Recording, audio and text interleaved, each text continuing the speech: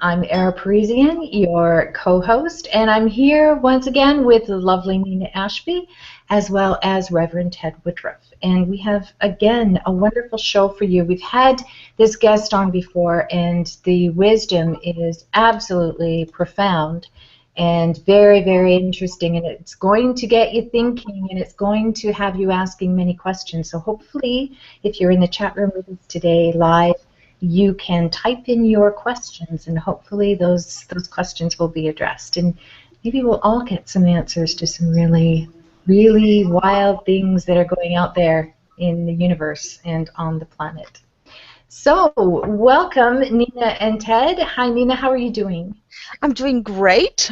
Yeah. I've been really busy with people, and I find that there's a big trend right now to really, within my clients, to really look deeply within themselves. I mean, a lot of that has been circumstantial in terms of life issues, kind of coming up and really, hitting them in the face and having to pause, assess, and take a really good look at everything. So I've been very privileged to be part of that process and of guidance and insight and very exciting times. I learned a new healing technique that I'm very, very excited about from one of our previous show guests, Colleen Helgerson.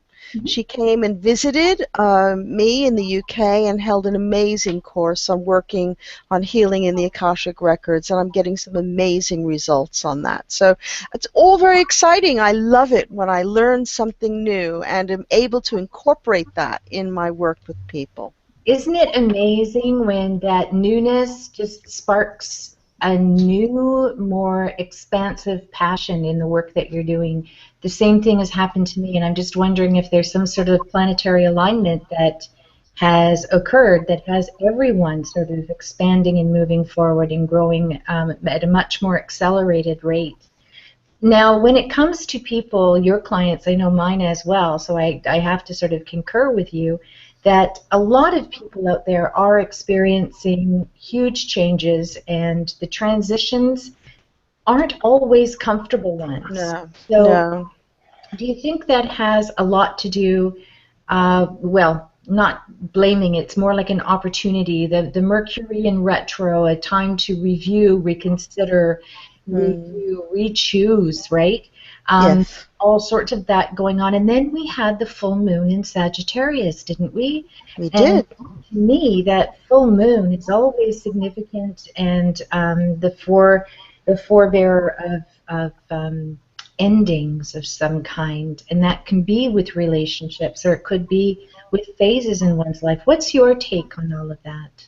Well, in esoteric teachings, the moon is very, very important, both, from an astrological point of view, but more so from an emotional point of view. And you think about it from a scientific viewpoint, the moon is our nearest celestial body and governs the tides.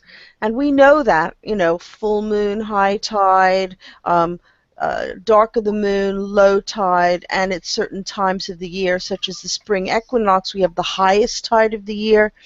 So we have these cycles of patterns based on the moon, and the moon pulls the tides of the water on the earth, but it also pulls the tides of water within us because we're made up of two-thirds water. Right. So we are very affected on an electromagnetic scale as well as a physical, biological scale by the full moon and, well, the phases of the moon. So I'm very, very lunar sensitive. And I can always tell, sort of, even if I haven't looked up in the sky or it's been a cloudy period, what's going on? Oh, we're coming up to a full moon. Oh, it's a quarter moon. Oh, it's a half moon. So it's very important, I think, to be able to become aware of the cycles of this and see how your emotions wax and wane with the moon. From a more magical point of view, working with the lunar tides or the lunar cycles is very important because you start things at a new moon, they come to fruition at the full moon, and in the waning moon is a time very much about letting go. So if I'm praying or wishing to do something, then I use that awareness of the lunar tides to, you know, like a wave, Right. an energetic wave to aid whatever mental and emotional focus that I've been using. So I would very strongly encourage people to get a lunar calendar. I've got a little app called iLuna, and tells you where you are in the phases of the moon and when there's void of course moons and things like that. So um, the planets have longer cycles, but the moon is very important because it's our monthly reminder that we are part of nature and the cycle of life. Hmm. And it's very true, and I love the way you put that. Thank you for sharing that. I know that my experience in my former life, and this is just, the first half of my life, I had interesting positions in all levels of government for quite a few years. And one specifically, a couple of times, I was there a few times actually in the Premier's office, and it never failed that a full moon would hit, and depending on what sign the moon was in at the time, there would either be an influx of people needing to be heard, like full moon in Gemini, right? Everybody doesn't, they just talk and don't know how to stop it, and I'd brace for it all the time, and it was always on point. Mm. So there's something to be said about the lunar phases, absolutely, and this Mercury in retro, I know, has been wreaking havoc with many people, but Mm. you know myself included. I mean, I've had 2 weeks with no audio. I couldn't do the show. But it's an opportunity where it allows you the time and the focus to do something else. So I used my time wisely, and I was very, very grateful for it all. And then all of a sudden, whoosh, like magic, my audio's back. Hey. Uh, Yes, I've had my computer defragged and oh, good. rebooted and everything because it was crashing. So now I've got a clean computer. So, you know, you could be tearing your hairs out, or you can be saying, "What? This is an opportunity to clean out the junk in my complete computer." That's right. There's always something, and it's a matter of intent, and it's a matter of perspective. So, Indeed. yeah. So, Ted, how are you? What's Oh, new? me, yes. Well, interestingly, both things that Nina mentioned about the new method of healing and whatever, as well as these planetary situations. If you'd said to me a few weeks ago, up until then, I was a little skeptical. I'll hold my hands up to this, and this is where maybe the balance comes in a sense, because whenever I have to hold my hands up to this. Whenever anybody said, "Oh my goodness me, I've not had a good week or two," blah blah blah, it's got to be Mercury in retrograde. I just sort of did this sigh back then, all my life, because oh, for goodness sake, you've got Pluto in Uranus, you've got the Moon, this, that, and the other, and then up until for a couple of weeks, up until last Sunday, and after the show, actually, I started to feel better. I'd felt so out of sorts for days on end, and there was no conceivable reason for me feeling like that. And for the first time, it occurred to me that maybe there was talk about the new moon coming and a full moon or whatever. And you know what? As the full moon struck, I started to feel better. Now, I don't know whether it's psychological, whether it, but what you ladies have just been talking about does sort of resonate with the water within the human body, and that we are part of the universe, and I accept that we're all part of the one consciousness. So, yes, I've changed that skepticism within a very recent times, in fairness, and I'm going to investigate it more, because there was no conceivable reason why I felt just not being myself for quite some while, albeit I've had an ankle injury for over a year and a bit of a tennis elbow going on, and I'm getting old you know, and things like that. But yeah, so that aspect of that. The other thing, the healing aspect, obviously that's my passion, the old school hands-on healing, and I can talk for England about that. But one of the most exciting aspects for me, obviously, is my mother's involvement. For those of you who don't know, my mother actually passed away in December last year, almost exactly 6 months ago now. And whilst there is that bittersweet aspect of anybody's part, well, in my case, bittersweet, because obviously I'd rather she was still here with us, but on the other hand, what is now transpiring at terms of the Musto Group wouldn't, in fairness, have fully been actioned with Mum still here with us. But then there's a whole long story about my belief that the elders moved on at a certain point, and there were a number of elders who moved on by choice back around that time, not precisely the same day and everything. But yeah, the extraordinary thing for me is that it's not every time we have a session going on and clients or friends or healing exchange, but when I call upon my mother to join me, thank you, bang, like that, right now, she's there in a split second.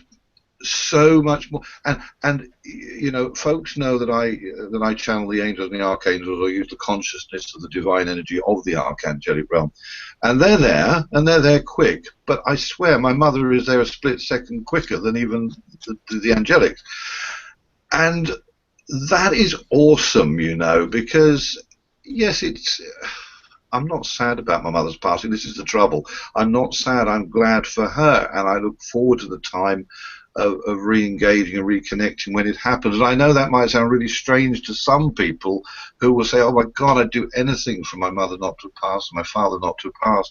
But realistically, the extraordinary aspect of, in my case, my mother's transition has touched not just me, so many people around me. Yeah, you're going to have to stop me in a moment. I'll have to stop myself. But yes, essentially, every time I call on my mother, bang, she's in. And myself and Lee tried something interesting this week when we had a client under us on the table, and something came to me that we put our hands on the chest of the male, and then we linked hands across, and both asked Mum to come in, and something extraordinary happened with this cool breeze that came in.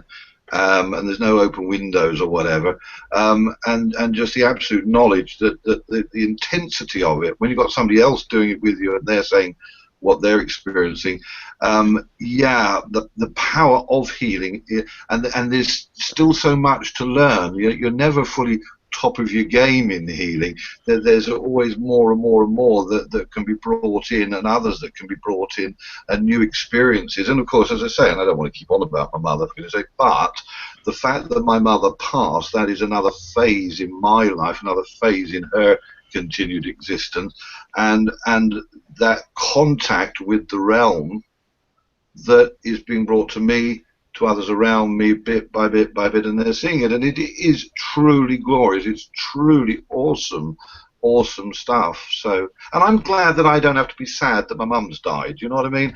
20 years ago, or when I was a youngster, you know, the idea of your mother going is not nice, but the way it was done was extraordinary. The way it happened, the moment of departure was extraordinary. I'm very glad that I'm not gloomy and distressed and full of grief about it.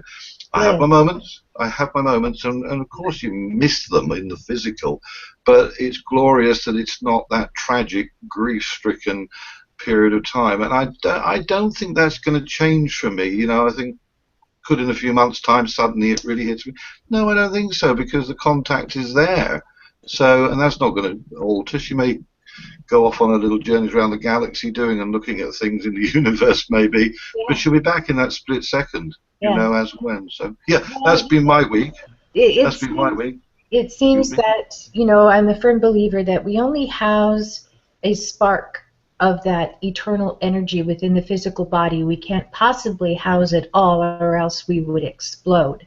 So this means that in as much as we're here, we're everywhere else also. And so we exist in so many different places, and because there's no separation, even though I made it sound like there was, but everything exists all at once. And so your mother basically is validating that, and I think why she's able to get her get that awareness going that she is there.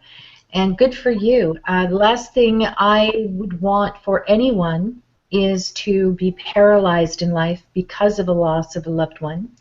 And I think that's why I can't speak for Nick. He's out in Norway working hard, and we do miss him. He'll be back on a future show for sure.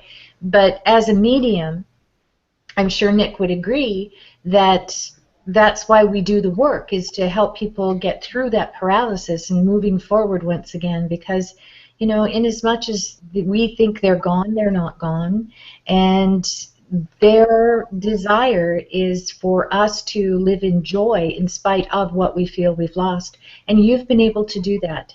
And I'm not, you know, I'm not saying that you would never feel the void of her in the physical, because you do, and that's the human side, and we're here to experience that too. But good for you. It's really inspiring to hear you talk about her, and there is no lower vibrational stuff creeping in. I think that's really important for people to understand. It is possible, and just because you're able to experience and not feel devastated, that there is a way to move forward and keep going. So that's really good. So I noticed that your teepee is about to be installed. Is that correct? You're getting closer there. You know, it's exciting for me. At the beginning of the video, which actually the guy, you know, this and I want to get Simon on as soon as, because we never have enough time. But he said I should have turned the video camera the other way around, quite rightly, landscape styling. But I do say at the beginning of the video, you know, if this isn't going to be interesting to you, stop watching, because I'm aware that I'm very passionate about it. I'm very excited about it, because it's been vision for years and years and years, and finally at last a proper Native American tipi has been stitched and made properly. It's not a, you know, a pop-up one that's been factory made. It's been handmade by this guy, and you know, we're not cheap. We're talking a few £1,000s to do this, but it's something I've wanted for a while. In the interim, back into my zone have come two people who have very much lived the Native American way of life, albeit down in Kent in a very regular brick-built house or whatever. But they are very much the right people to be around me, to make sure it's done right, it is sited right, and the sacredness of the space will be adhered to, because I want to do it as right as possible.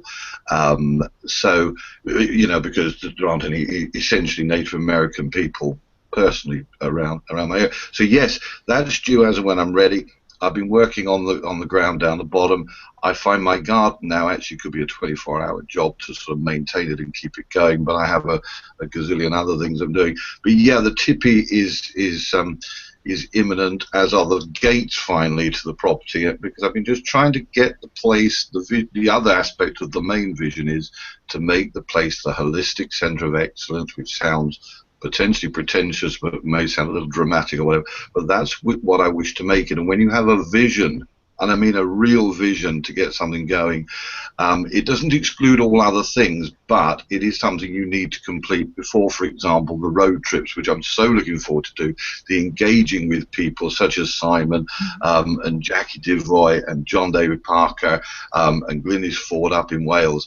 I know that time will come. It won't be too long away, but until the property and the venue and the place is up, running and complete and neat, I can't leave it undone, because otherwise it'll be more months, more years go by, but it will be completed. There was no time scale on it, but it's nearing that point gently, which is very cool.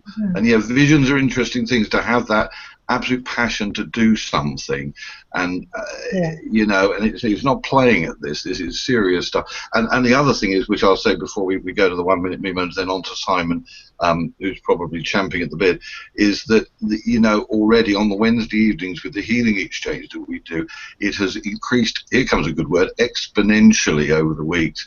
And again, we had 20+ people in what is not a large room. So we are seriously looking at other spaces in the garden. The tippy will be useful, but we're looking, possibly at extensions and whatever, because that it's going to increase even more than it is. And there are people who turn up and then they say next time, can I bring a friend? Can I bring the children? Can I bring it? And it just goes absolutely nuts. And it's awesome, but you need the space to accommodate them. So yeah, the vision was right. The whole plan is right. The folks above that guide me and encouraged me and put it in your, they're the ones, unless you believe in your higher self and your higher consciousness of doing it. But yeah, vision's necessary to do it, and it will happen, and it will be what it will be, which will be amazing. And I'll be able to sit back and just chill a little bit about it and just go, yeah, done it, sorted, got it, and then on with the not hard work. It's never hard work being a service. So, shall I go to the 1 minute movement and then we'll grab Simon, because I'm dying to reconnect with him. He came down earlier this year. The weather must have been all right in January, February, because we went off all photographing and things when he was last here. So, yeah, let me do the 1 minute movement, folks. It tends to take more than a minute to explain it. Yes? Sorry? Go right ahead. Okay. I just got hey. Okay, so the 1 minute me moment takes a little longer, as I say, than a minute to explain it, but essentially it came to be quite a while ago now, maybe a year or two ago, that we're all told to do exercise every day, to eat right and all this sort of thing, take time out, this, that, and the other. And we don't. So my thought was, well, why not just take 1 minute out of your day to chill and to connect? So my idea is to sit in a chair when you can, quietly. It can be in the office, it can be at work, it can be at home, when the children are out, when the partner's at work or whatever, or it can be in your office space, in your lunch break or whatever, and just sit, close your eyes in an appropriate situation. Not if you're an air traffic controller, I might add. Sit there, close your eyes, concentrate on your breathing, and breathe in through your nose and out through your mouth, in through your mouth and out through your nose. At the same time, imagine you're grounding yourself to Mother Earth.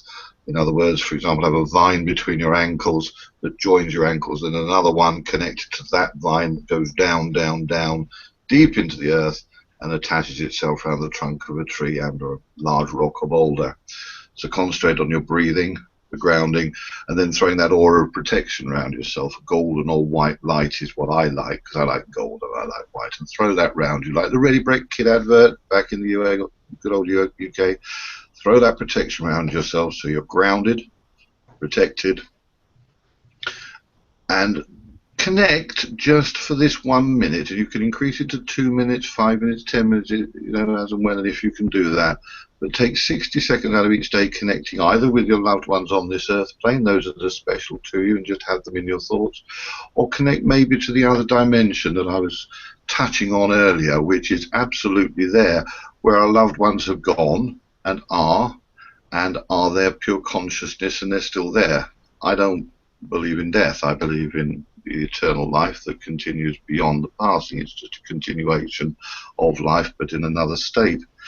And connect with those loved ones who you choose to, and or your guides, whether they be Native American, whether they be angels, whether they may be your grandmother or your mother or your father, your grandfather, whomsoever. So just for 1 minute each day, do that. Ground, protect, concentrate on your breathing, and then connect with whomsoever you choose to do for a minute. And it might sound a bit of old flim-flam that the Rev Ted Woodruff is coming out with. Well, it so isn't, because those integral parts of concentrating on your breathing, the grounding and the protection are important and a good thing to do. And I'm just as bad as anyone else. I used not to do it back in the day.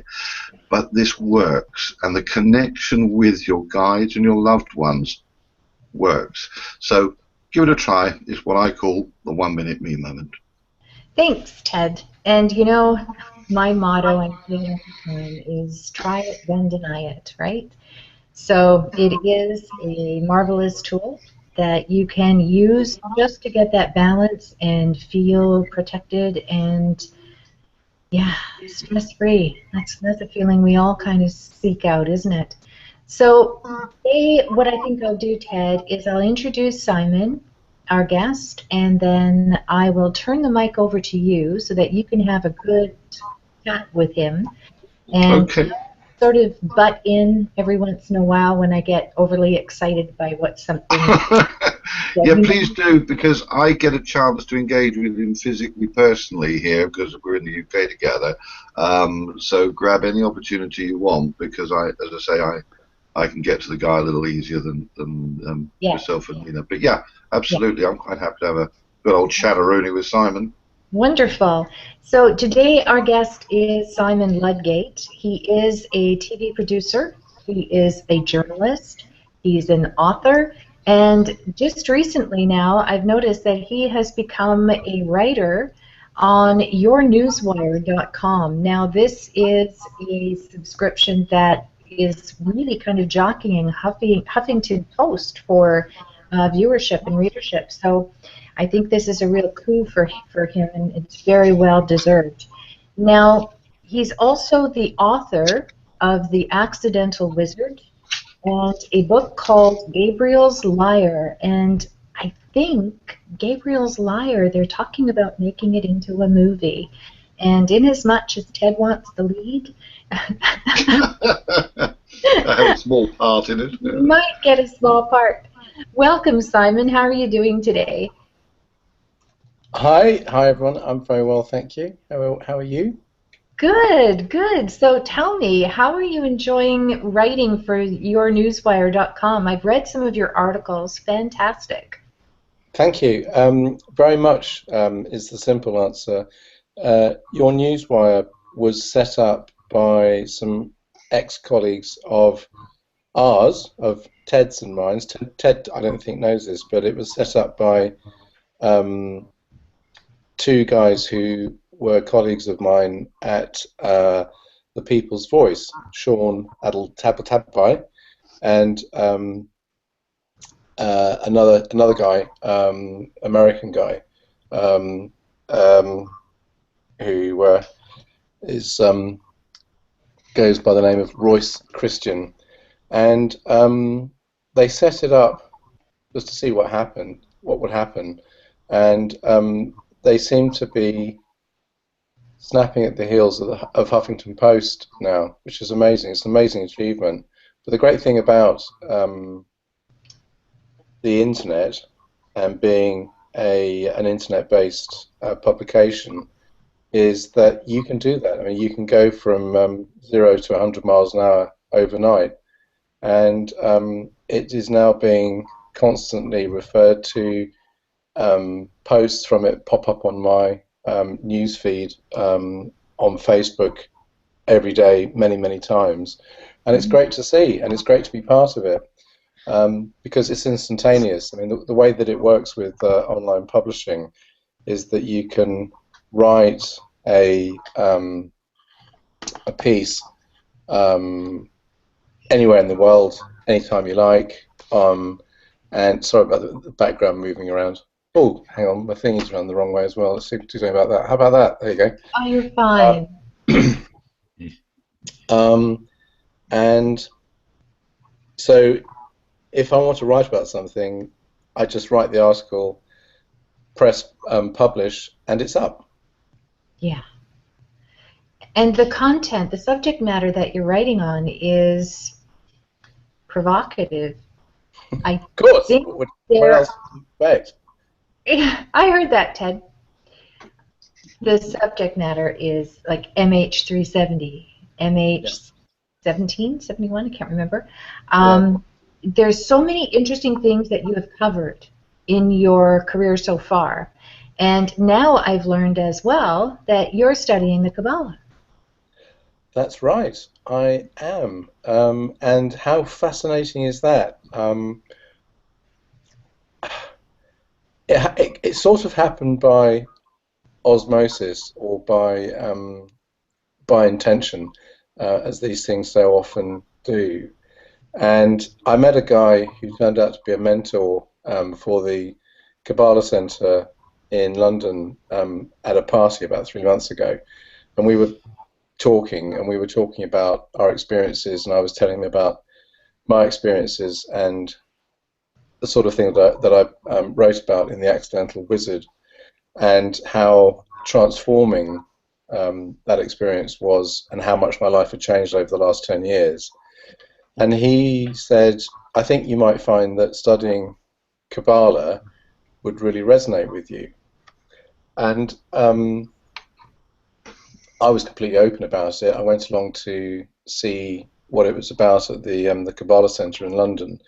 And so far, I'm in 2 months into studying it, I've found that it resonates with what I've worked out for myself, with the angel network, the hierarchy of angels, the origins of us, the origins of the universe, the theories on how the universe works and how it communicates and how we're connected to it and how everyone is connected to it and how we're all part of the same atoms. And it's kind of like a massive affirmation of a fairly, in a way, fairly lonely journey that I've had, where so many things that I sort of deduced out of thin air, they talk about all the time. And it's quite strange because, I mean, to give an example, we were talking about what angels were like. And I said, well, I've always thought that they were the length of the universe, because I sort of think in terms of the universe being like a big squirrely DNA kind of helix thing that just goes on forever. And I was saying, well, to my mind, angels aren't some little flappy thing that you stick on a bird bath in the garden. Well, I mean, they are, and we like to look at them. But they are actually infinite energy that extend throughout the universe, and so can function everywhere in a in an omnipotent way, and have the most unending power that comes from infinite love. And the all the dudes down at the Kabbalah Center they all like nodded furiously and said, "Yeah, that's right." And it's just like, really?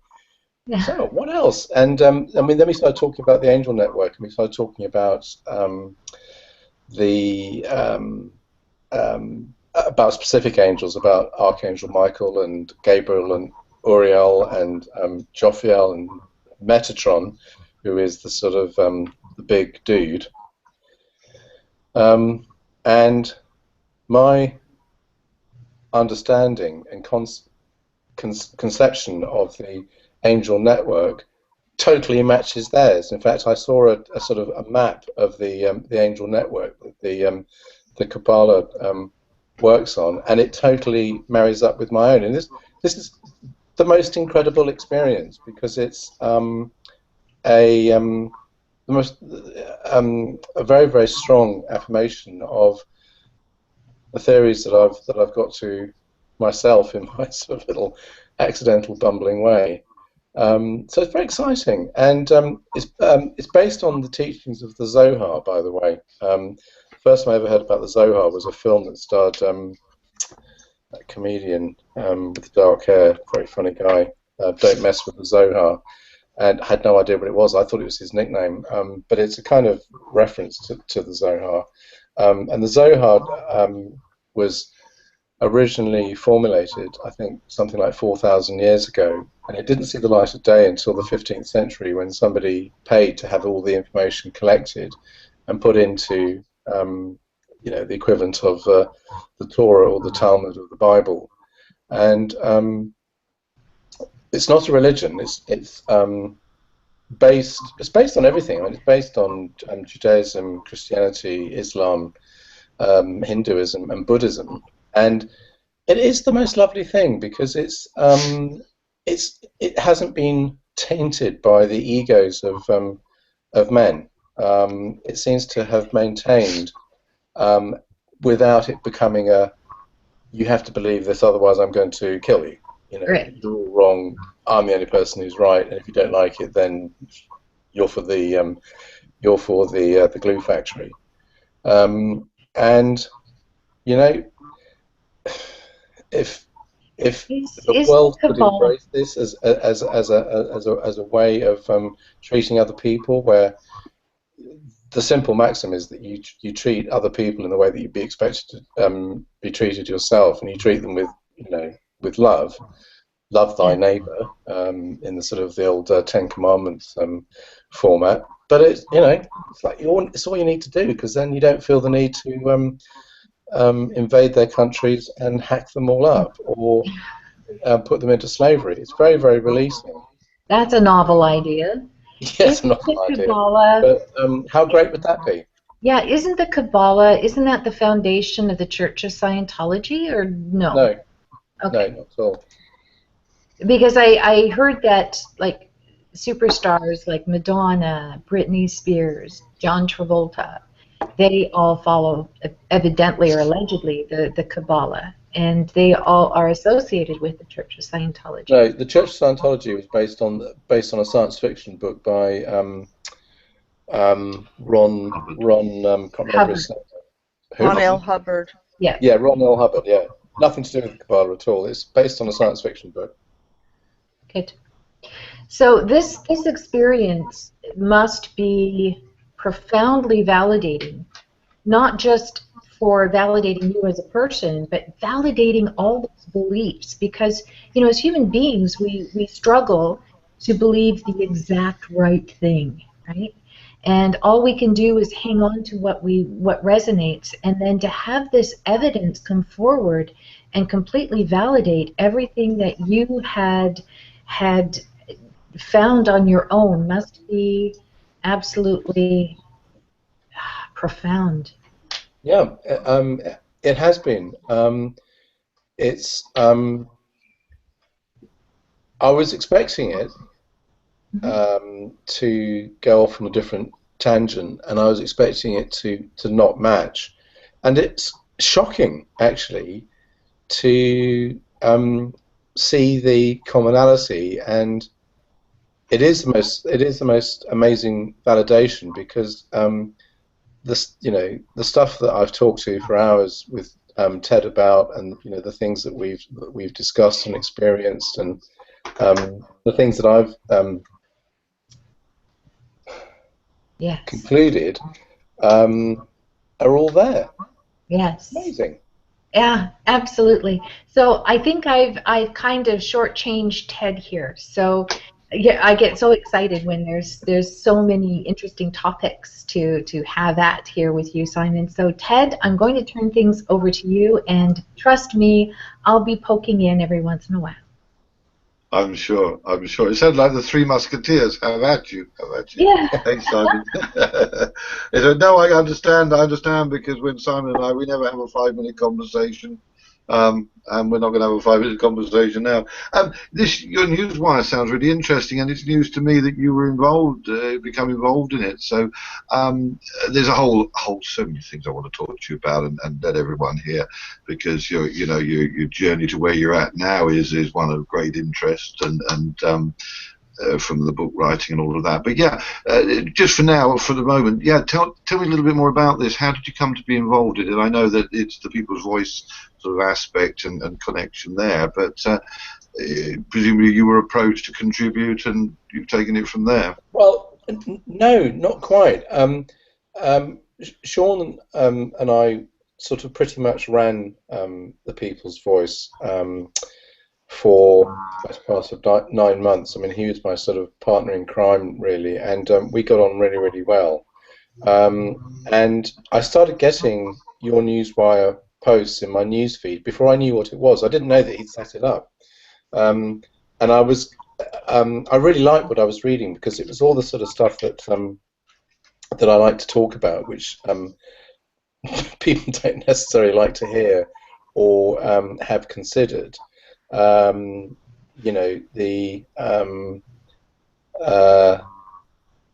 alternative media, if you like, and I started reading their posts, thinking that's really good. This is really good. I wonder who does this. So I looked at their website and saw that it was that Sean was running it.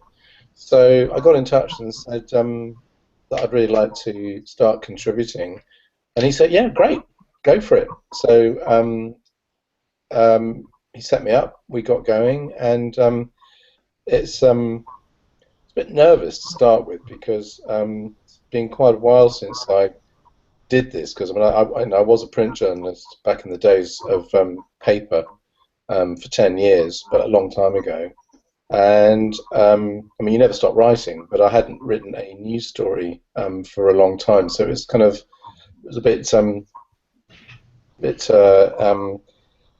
daunting. So I did a few, and one or two of them went viral straight away. And there have been a few things that I've written that have got shared, which is a good way. It's a good sort of basic way of assessing the response to what you've written. They were getting shared 50 or 60,000 times, which means they were being read probably several million times. And they have hit, on occasion, they have hit 5 or 10 million readers, and I think that their peak was 22 million. So it's considerable, and it's fast. You know, this happens. This can happen within a few days, and this is the power of viral media. So people are interested in this stuff, and it's really interesting seeing what flies and what people aren't bothered about. People are very interested in the Nephilim, believe it or not. Every time I write anything to do with the Nephilim, it goes gangbusters.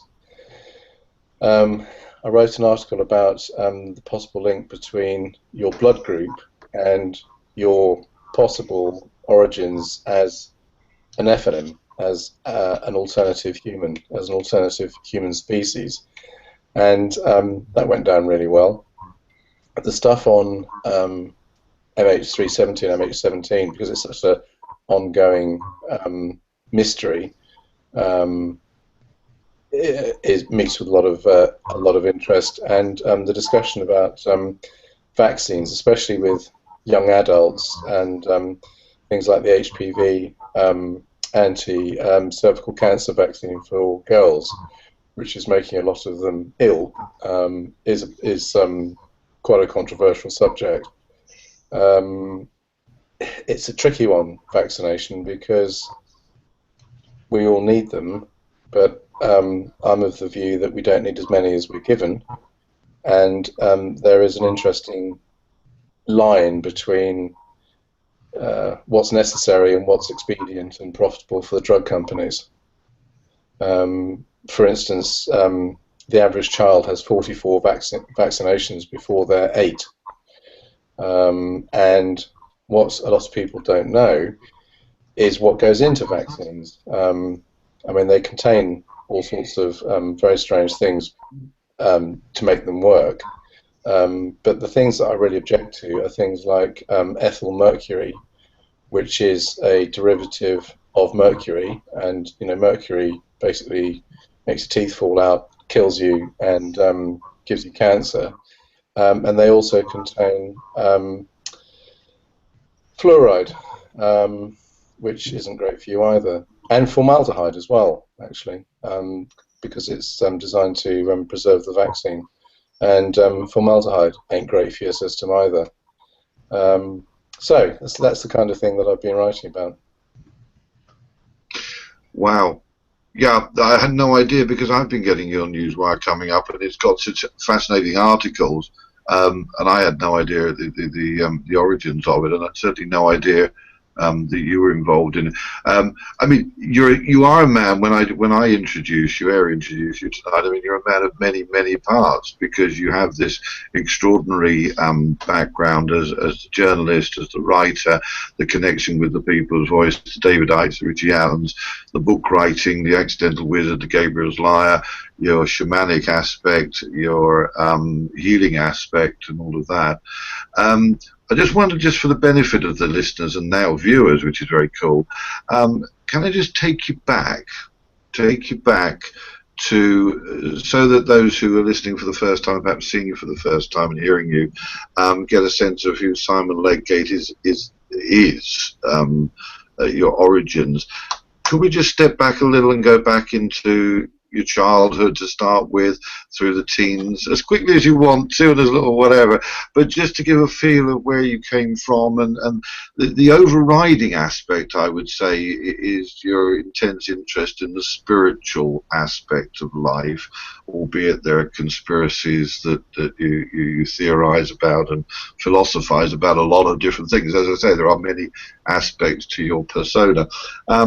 But just interesting just to run through up until maybe the point at which you put pen to paper with the Accidental Wizard. Wow.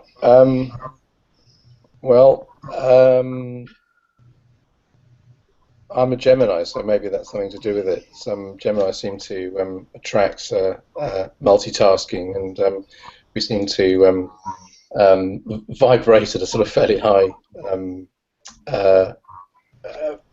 frequency. I was born many, many years ago, and knew that there was something odd about me, even when I was very small, as I know you did about yourself. And it's like being an alien when everyone else seems to be of a different origin.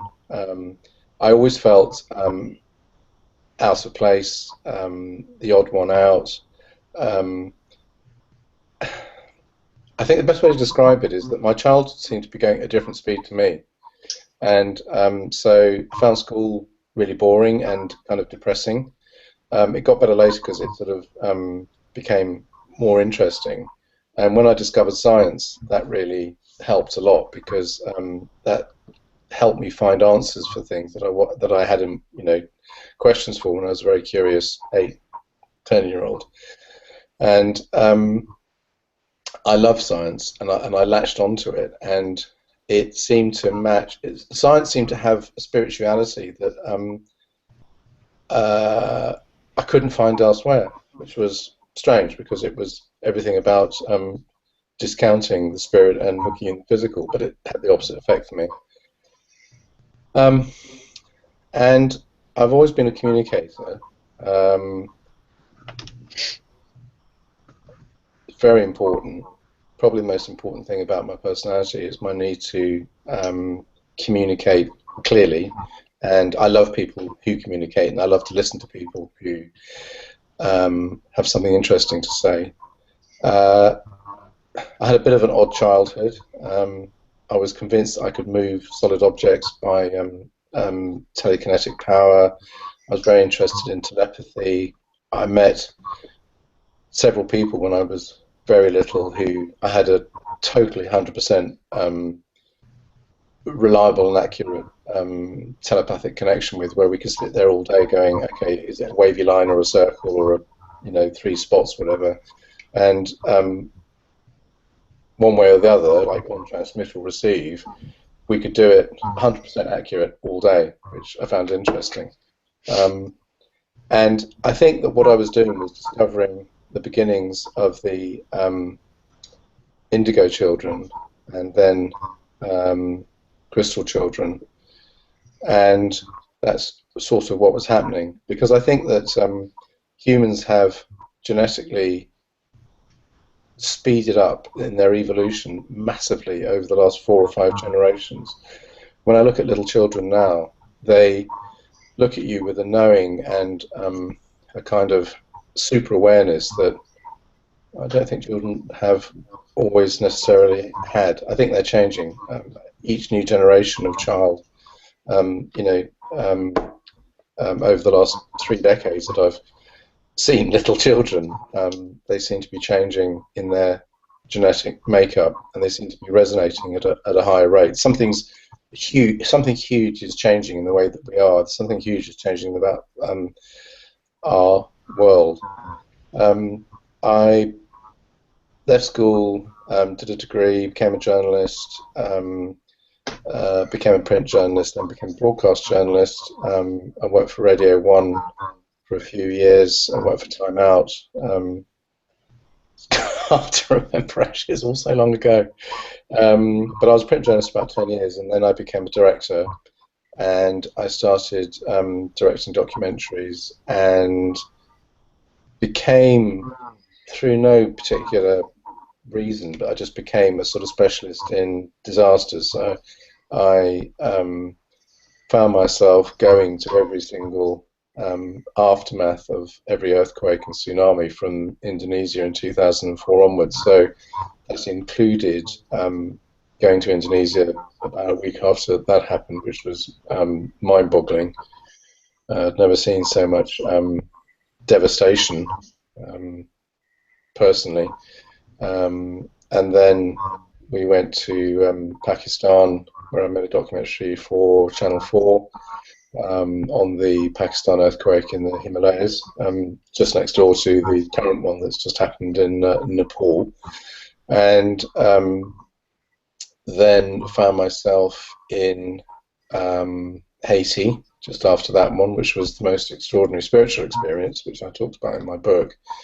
Had the most amazing experience with photographing orbs one night when I found myself doing a huge soul rescue experience at the cathedral in Port-au-Prince in Haiti. There are a lot of discombobulated souls who had died in the earthquake and who had died in the cathedral. I think there were about 1,000 people in there when it struck at, I think it was 9 o'clock in the morning, and they were at morning mass, and most of them got crushed by the falling rubble. And we were stepping over bodies that were still in the rubble when we got there. And I got this most amazingly powerful sense of souls being around me, to the point where I couldn't concentrate. I had to go and sit in the car and sort of try and pull myself together, because it was the first time in this life that this had really happened to me. And they were just going, "Where are we? You can hear me, can't you?" Because I was reacting to them. I could see them around me in broad daylight. It's very strange and slightly scary. And we finished filming and went back to where we were based at the airport, because it was about the only secure place where it was guarded by Americans and Humvees with 50 caliber machine guns on the roofs, because things were pretty bad. And I said to my minders, the security guys, "Can we go back to the cathedral tonight?" And they sort of looked at me like I was mad, because it's sort of, once it got dark, it was a bit like a really bad zombie movie.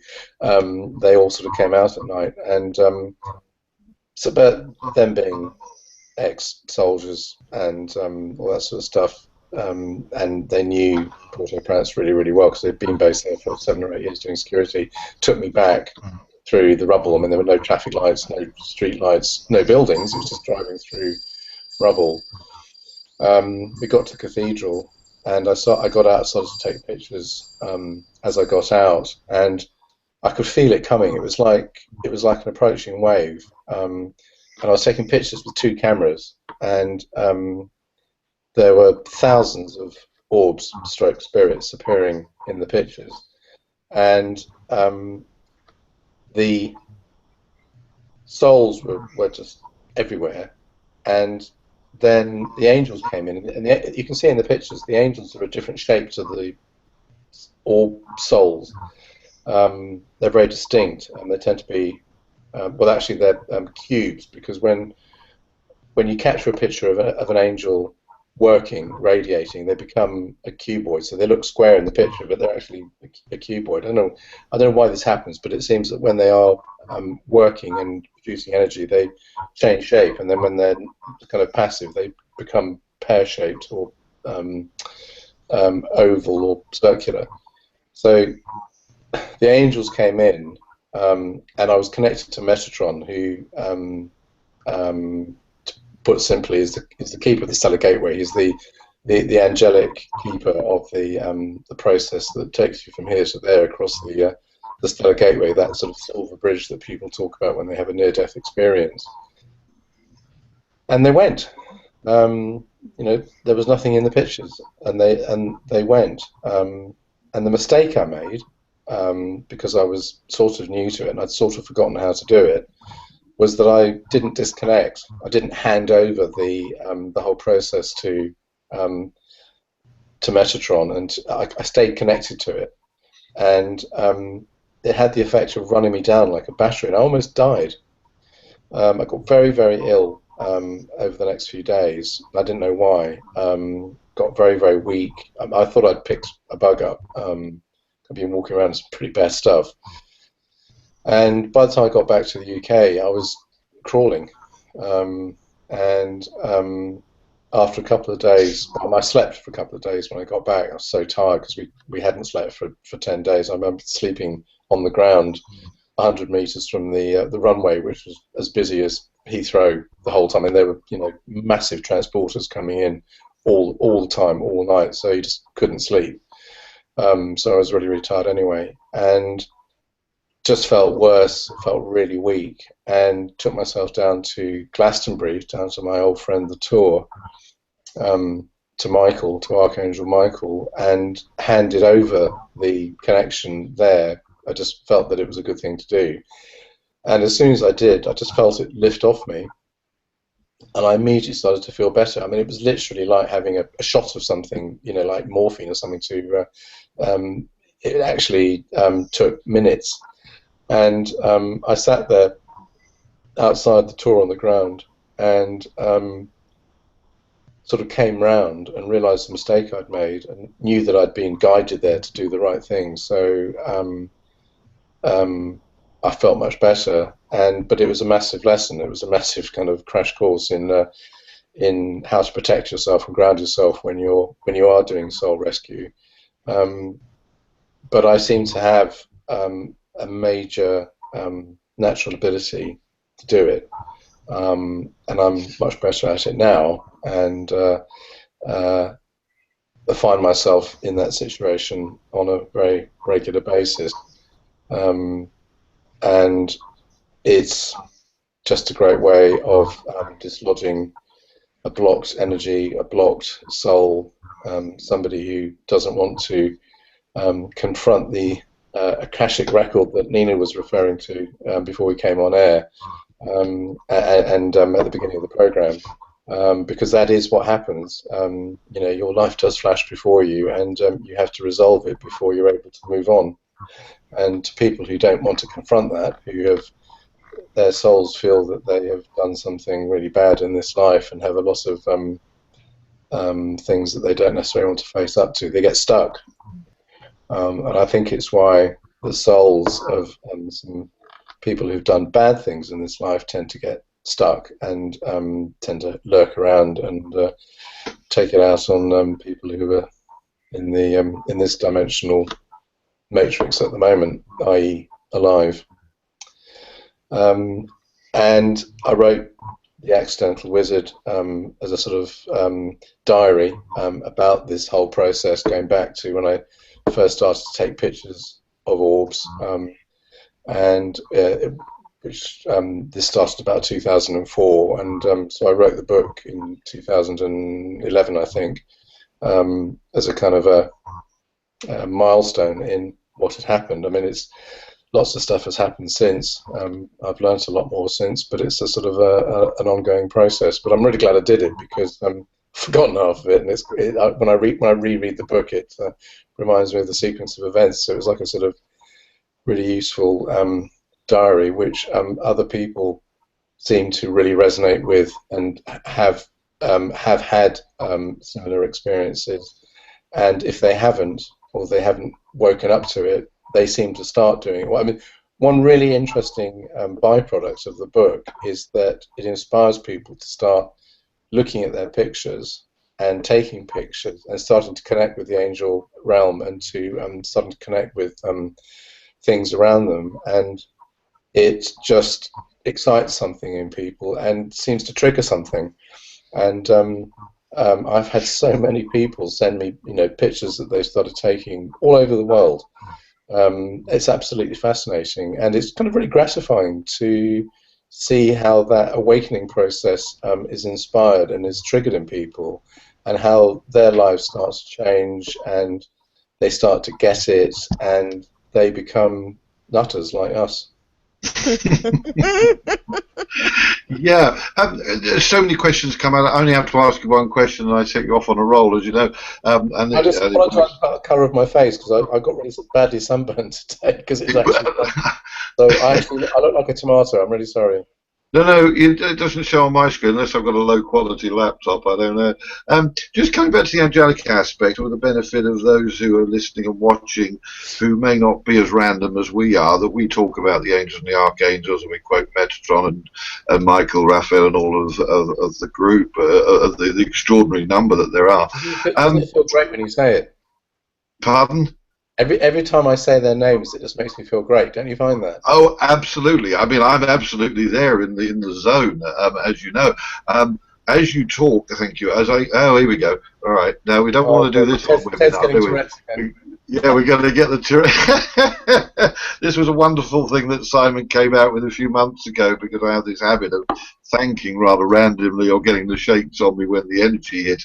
But you know, as a human being, when something extraordinary like that happens, you can't help but acknowledge it when it happens, or at least I can't, because it is so definite, and it's not as though it's happening 24/7. It just suddenly kicks in, sort of thing. What I wanted to say was, and the fact that you said nutters is quite appropriate, for those people who, like myself, maybe 4 years ago or so, was aware of the angelic possibilities, that there were angels and archangels, but were not as real as they are now, and there would have been a time for you that they weren't as real as they've become once you acknowledge and you realize you're worthy to connect. Can you explain to those who are not necessarily quite in that zone yet how you know that they are angelic beings? And I know that's really quite a tough question, but you know, as I say, we expound this knowledge. We know, we don't believe we know. But there are others there who will be like. Someone was interviewing me the other day for a magazine on the paranormal, and he was asking me the same question. He was saying, he said, "Do you believe in a God?" And I said, "Well, you're using the wrong verb. It should be, do you know? Do you know? Because it is a knowing, and when you share that, you totally get that, because there isn't, to my mind, and I know to yours, there isn't any question of that, because it is knowing that something is as real as the table I'm sitting at. It's as real a manifestation, and the point is that the table that I'm sitting at, and me physically, and you, Ted, and Nina, and Ara, are all made of atoms, and they're the same atoms that make up us and our glasses and the table that we sit at, but they're just ordered into a different program of molecules. So they turn out a TED rather than a table. So if you got your molecules reprogrammed into a table, you would actually be sitting there looking very white at the moment. And so, to my mind, it's as simple as that: is that we are all atoms. There is a theory that the same atoms are in existence now that were in existence at the beginning of everything, at the Big Bang. The universe doesn't create atoms now. They always were, and they always will be. And we are made of the same atoms as everything else, including the angels, but they resonate at a much higher frequency than we do, and are therefore not necessarily visible. But when you become receptive to their frequency and to their the frequency that they resonate at, you begin to feel it. They were always there. It's like spirits and demons and the angels. They are there, but you don't necessarily receive them in the way that, if you've got analog TV, you don't necessarily, you're not going to see anything on digital until you get a digital decoder.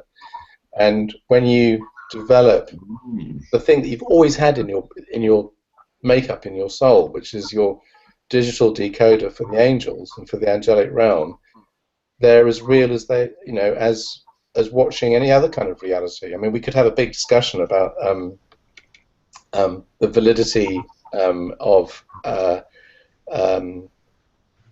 our reality, but that just gets a bit of a mind Mess. game. That is extraordinary. That decoder aspect that you've come out with, for me, resonated instantly, because it just in that one word, because it is the perception of, and in other words, until you got that the analog. Ah, you are so good. You are sorry.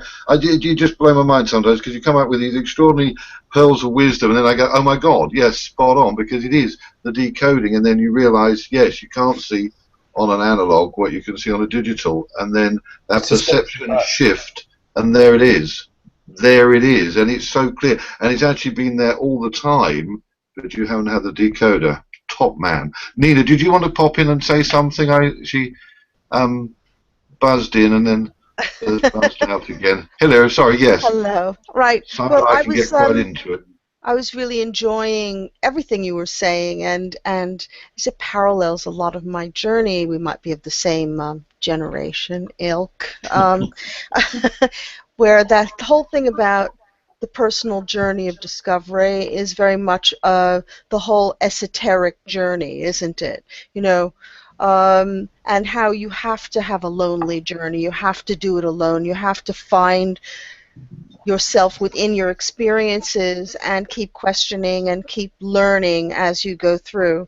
The point that really excited me was when you said, the more you awakened, the more you were, and shared that, the more you were able to awaken others. Mm. And that is really what we are doing here tonight, and encourage people, is that it's not out there, it's in you, and it's about using all of that. And I love that, because, from an evolutionary viewpoint, we are in being more and more responsible for ourselves, and raising our vibrations, attuning ourselves to the higher realms, and seeing that, including that in our daily life, is as seamlessly as possible. We are able to be the handers-on of knowledge to those crystal children, to those children who come in without some of the layers that we had to push through in order to be where we are today, and to help to accelerate this change of consciousness, which is obvious in the world. It's obvious through the polarization of everything that is, and that you are bringing up in your very interesting news report. So thank you for sharing that. Really, really fascinating. The slightly different interpretation of polarization is a literal one, which is something that's physically going on at the moment, which is really interesting, about how that scientists think that there is a polar, an Earth polar shift. Well, there is. There has been. Oops. Oops. Hello? We lost him, Ted. He'll be back in the meantime. What we had was a Simon shift. Sorry. A seismic Simon shift. Like, woo! Interdimensional. But he was back so professionally, so swiftly. Look, everybody's dived in now, all panicking. Oh, bless. Oh, no, not panicking. Sorry about Having that. a good laugh. So there was an oops, and he was gone. No, I was just gesticulating. I just slid my hand across my computer, and it all went a bit weird. Seismic shift. I mean, yeah, polar shift. The North Pole has moved 600 kilometers in the last decade, just over the last 11 years. And the Sun does this every 11 and a half, 12 years. It swaps its North and South Pole, which gets it very excited, because it gets all sort of starts shooting stuff off everywhere, and bombarding the Earth with mass coronal ejections. But I see a very strong analogy between the polar shift in how we are as people and how we are changing, and how I can use myself as an analogy for this. I've had a polar shift in the last 10 years, and that seems to be happening with the Earth, and it's why the Northern Lights, the Aurora Borealis, are coming much further south, and there may be a correlation between an approaching polar shift and the increase in seismic activity with the number of volcanoes. I mean, there are more volcanoes active at the moment than there have been since they started keeping records of volcanoes. There's something like 42 that are active at the moment. 42, and we seem to be in a sort of very long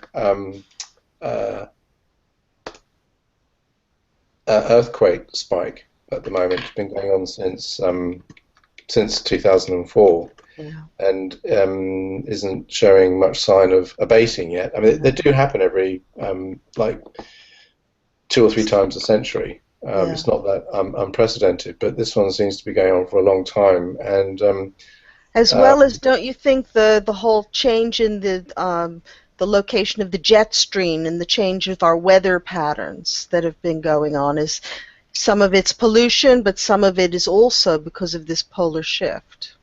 Well, it might well be. It's a very complicated subject because weather is so algorithmic. It's a kind of one tiny thing affects something else, and the fallout from a climatic change is not necessarily what you'd expect. I mean, people get hung up about this and stick their head out of their front door and go, "Oh, it's raining," and that kind of they base their whole perception of climate change on whether or not it's raining outside their house, which is not terribly helpful. And it is probably the most complicated subject I can think of in terms of cause and effect, and why it happens. But there are lots of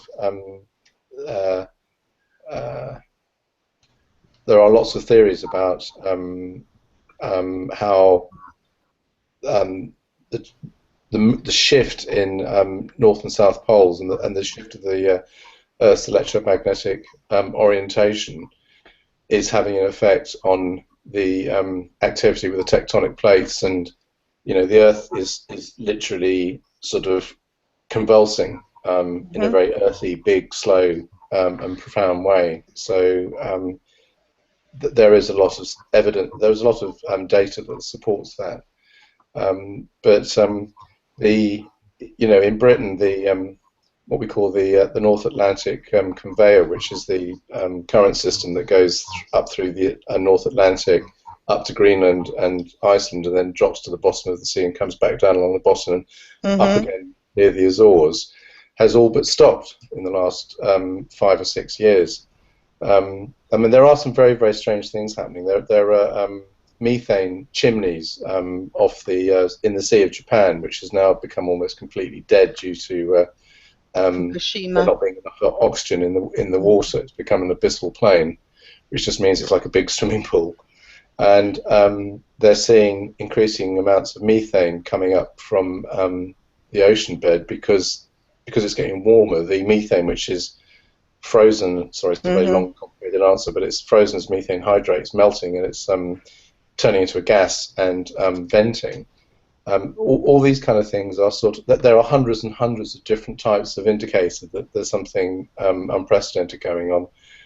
What's causing it is subject of a lot of discussion about whether it's man-made climate change, natural climate change, and I think it's a combination of both personally, or whether it's actually being hastened by a switch in the poles, which I personally think has to be a factor as well.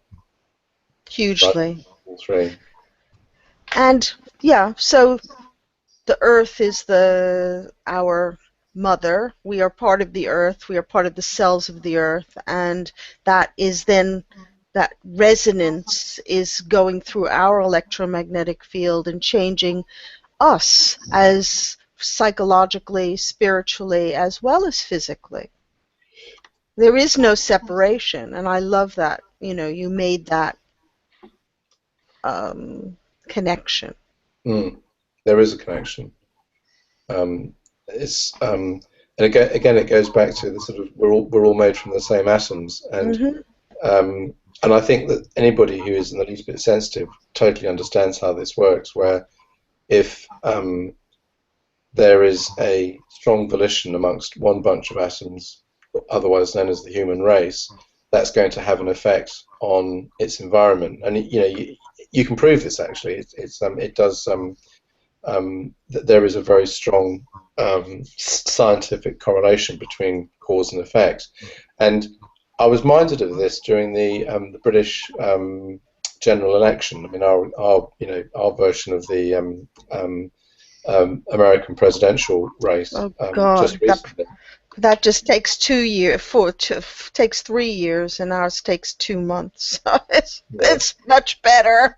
Yeah, but it's on the night of the election, everyone was thinking about it, and because of social media, you were able to kind of track this much more effectively, and it was very interesting to see what it felt like. I just noticed what it felt like when a whole country of people who were involved with the debate were all talking about it, making comments, and there was a lot of focus on one particular thing. And I found the evening and the night exhausting. I was absolutely exhausted the next day because there was such an expenditure of energy.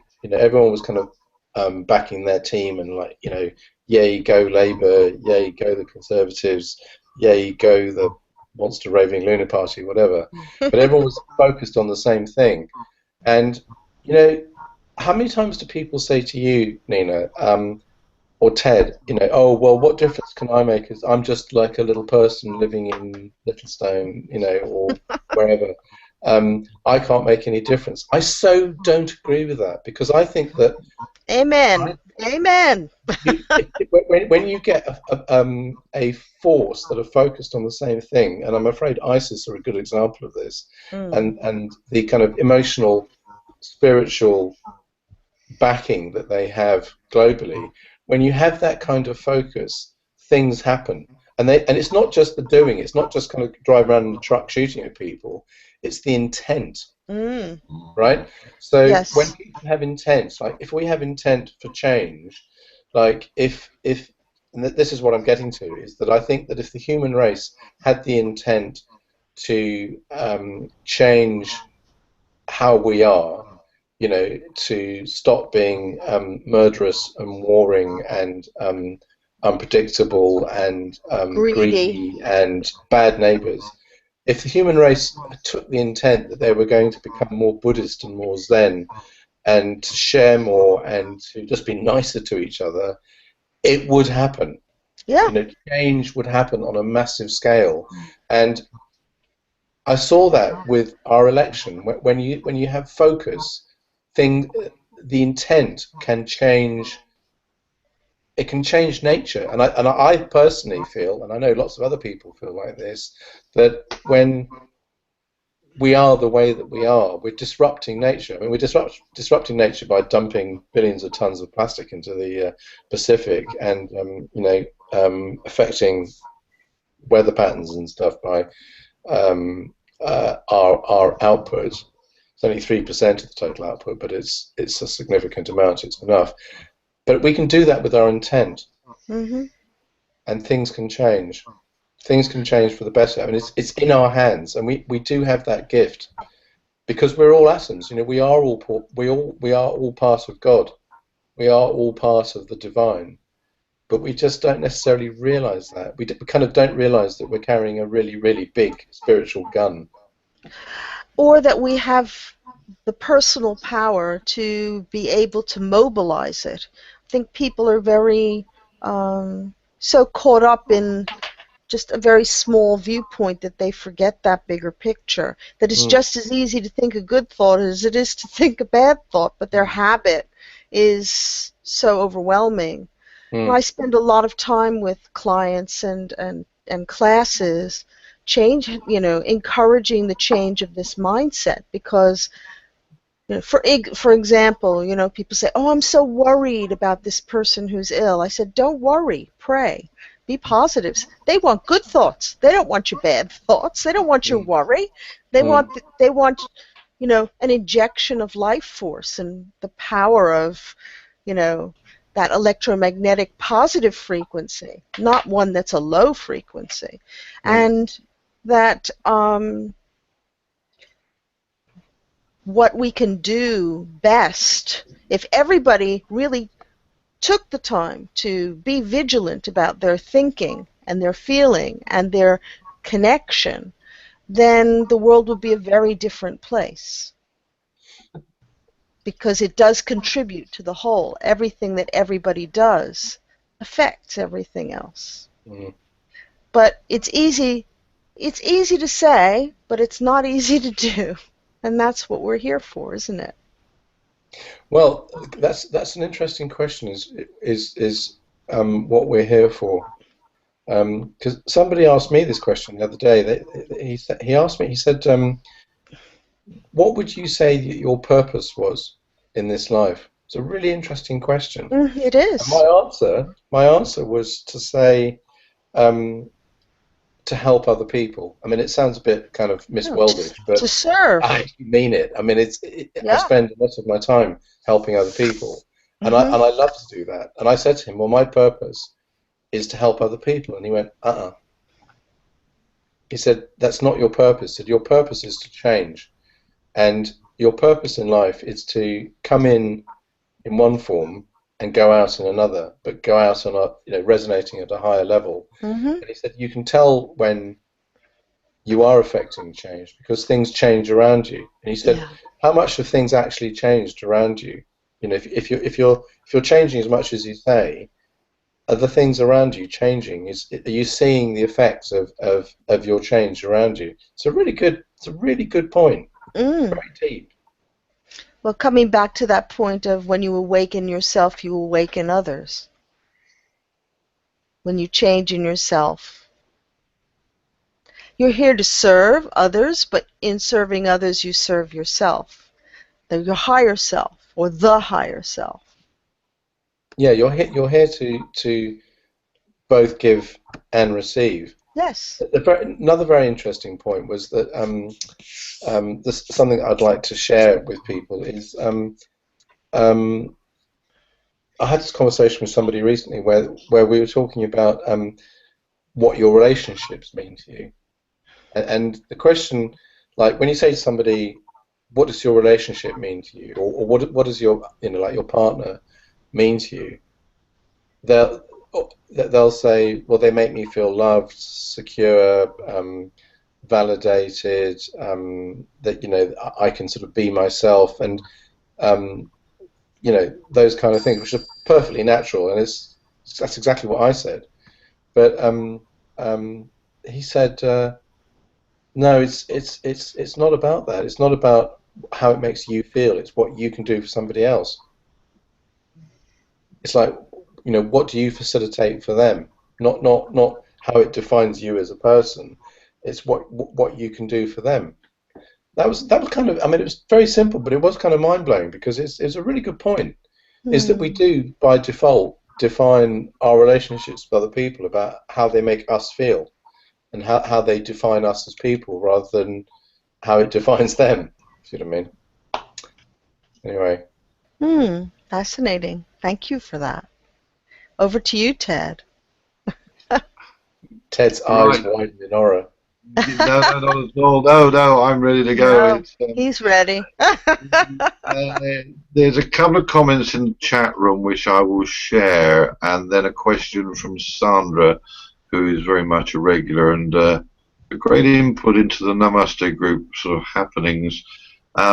Let me just re-find. Oh yeah, I'll go to the question she asked actually, because I put out there. Have you got any questions for Simon Folk? And it's a slight change. I was going to ask you about HARP in America when you were talking about the weather sort of aspects of things, and in a sense, this is another sort of scientific sort of question. What are your views, Simon, says Sandra, on the machine trying to create the Big Bang in Sweden? She can't remember the name of it. but I think it's the Hadron Collider, someone else has said. So have you got any views on that? Well, the Hadron Collider is in Switzerland. It's at CERN. Right. It's not in There we go, Sweden. yeah. Sorry, yeah, Um, so and waters what's of my view Switzerland, on it? France. What's my view on it? Yeah, yeah, yeah, Well, basically. it's 22 kilometers long. It's circular, so it's a big kind of donut that's built into a mountain, and it produces an absolutely enormous localized electromagnetic field. And when you produce very big electromagnetic fields, it has an effect on your surroundings. And I can't emphasize how important electromagnetic fields are. We all produce one, and you can measure them. And ghosts and poltergeists produce them, and you can measure them. I have a thing called a tri-field meter that measures localized electromagnetic fields, and if there's a really bad or very powerful spirit around, you can see it on the meter. It's quite bizarre. And the Hadron Collider is now 2.5 times more powerful than it was when they blew it up a couple of years ago, and they had to rebuild it because they just sort of fused it basically. But they've made it bigger and more powerful, and you're producing a very big electromagnetic field, which nobody actually knows, what it might be doing, because the scientists aren't really interested in it. They're much more interested in trying to capture their Higgs boson particle and create the God particle, the Big Bang particle, and all their other research and experiments with X-rays and particle beams and bombarding things with accelerated concentrated beams of protons.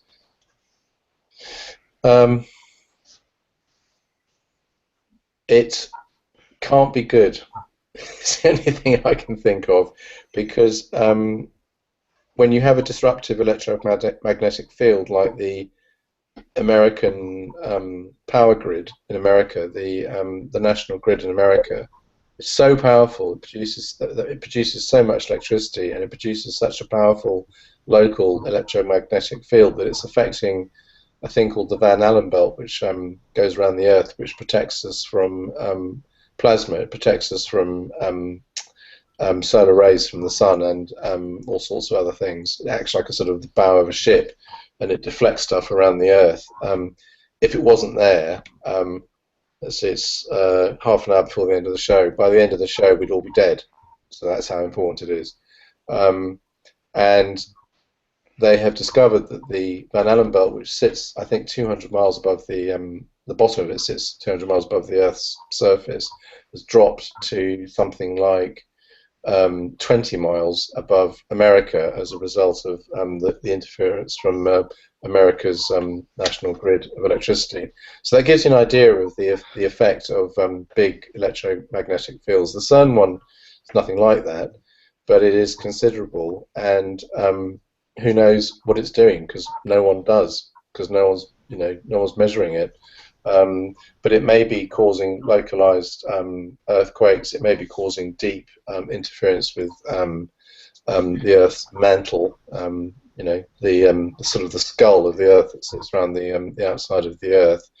I mean, it's the Earth's mantle is very much like your own skull. It's made up of lots of different tectonic plates, which move and grind against each other. I mean, your skull does microscopically, but not quite the same way, but it's a sort of similar concept.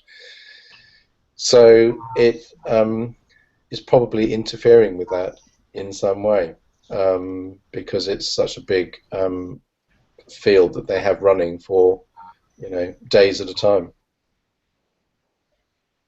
So HAARP, HAARP. going back to the weather forecast aspect of what we were talking about earlier with Nina, you're of the, I don't know whether I could call you a conspiracy theorist in everything, but I hate that expression, actually, because that is not how I would describe you. It was invented by the CIA originally to destabilize opinions that they didn't want to have surface. So it's a kind of It's almost like a swear word. And Yeah, it's used. it's a put down. I think it's a put down I, expression. Let's say you philosophize on possible conspiratorial activities around the world on occasions. Would well, that be a no, fair? I'll take issue with that as well, Ted. I mean, I know where you're going, but it's Give me time um, to think of a third attempt. HARP is not a conspiracy. I mean, its existence was denied for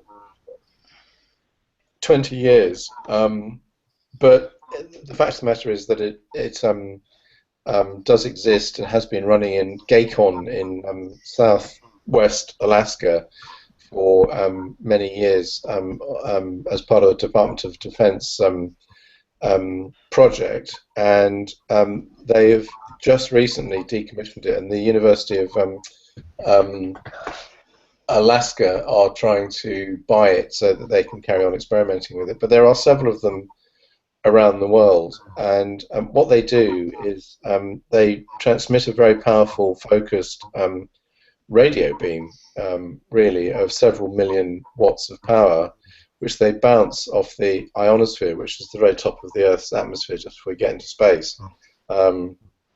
It's about, I think it starts about 100 miles up, and it goes out for about, I think, another 50 miles, something like that. It's right on the outside of our atmosphere, and low orbit satellites skim on top of it when they're, the GPS satellites, things like that, weather satellites in orbit just above it. And what they've been doing with it is it does many different things, and this isn't speculation. These are all facts.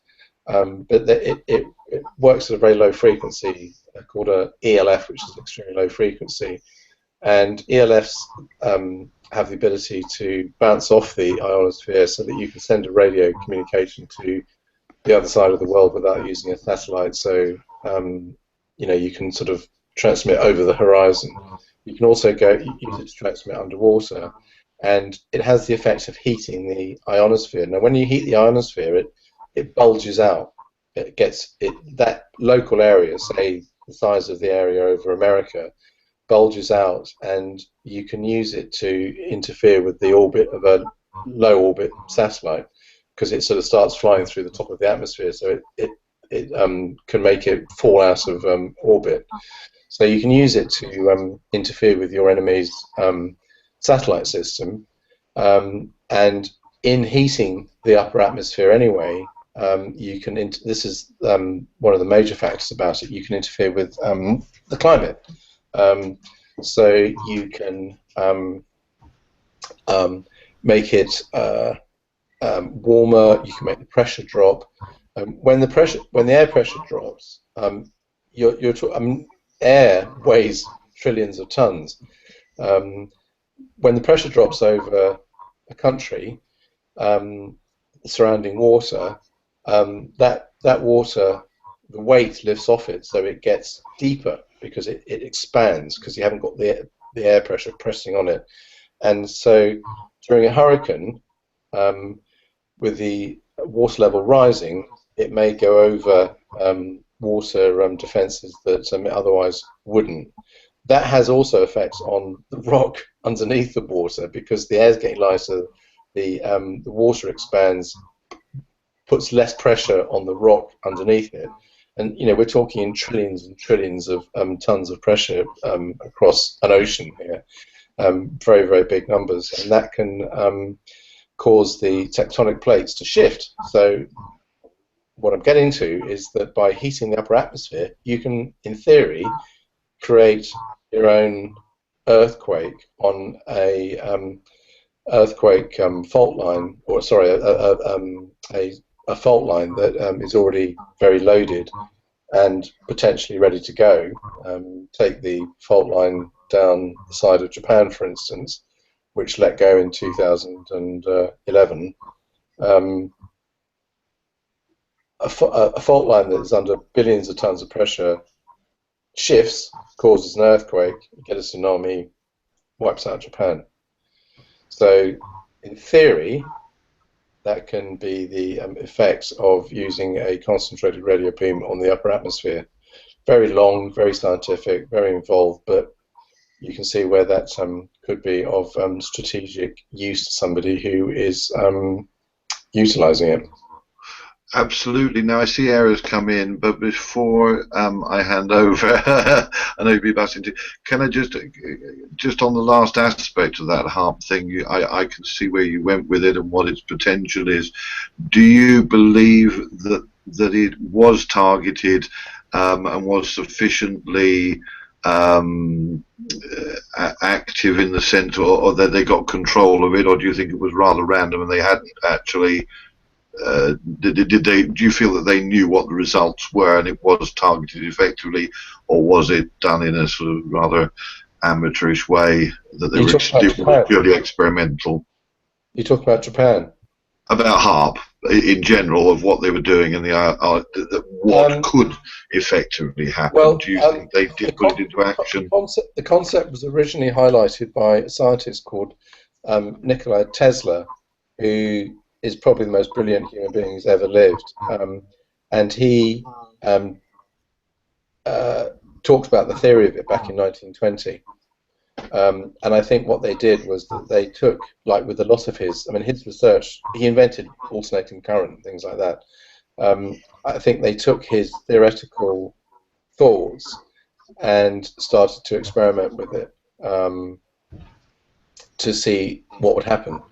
And you know, when you think that with the Oppenheimer project, with the atomic bomb during the Second World War, with the atomic bomb that they dropped on Japan twice, when they started detonating the experimental bombs in Nevada before they dropped the bomb on Japan, they had no idea what was going to happen. Oppenheimer told the American government that he may turn the Earth into a sun, because he said, I'm going to create a chain reaction, a nuclear chain reaction. I'm going to replicate how the sun works. We may end up being a sun. And the American government, who were running him, went, okay, mate, you carry on. Which is a thought, isn't it? Scary, yeah. Oh, absolutely. That hence my question of whether it was experimental or whether they thought they knew what they were doing. I will, in fairness, hand over to Eric, because bless her heart, I've had the majority of Simon's company. No, this has been absolutely fascinating, and now we're sort of discussing here a topic that is on my mind quite a bit, and I'm just wondering, Simon, when it comes to HARP, and call me naive, but I was under the impression there was only maybe 2 stations, 3 stations, all located in North America, and then recently I did see a world map with all the HARP installations globally indicated. And it made me think, who holds the patent on this technology?